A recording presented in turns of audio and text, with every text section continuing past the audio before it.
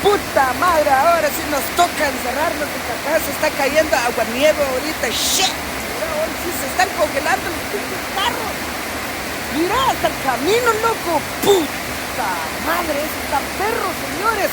Yo ya me voy para la casa, ahora sí no tengo que salir. Mucha atención a todos los que están aquí.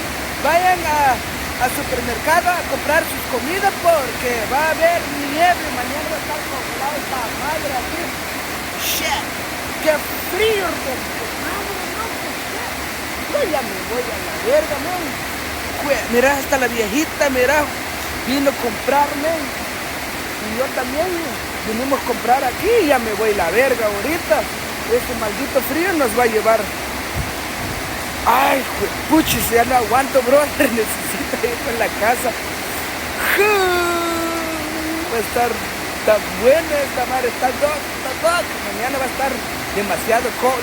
Imagínate, ahorita está frío.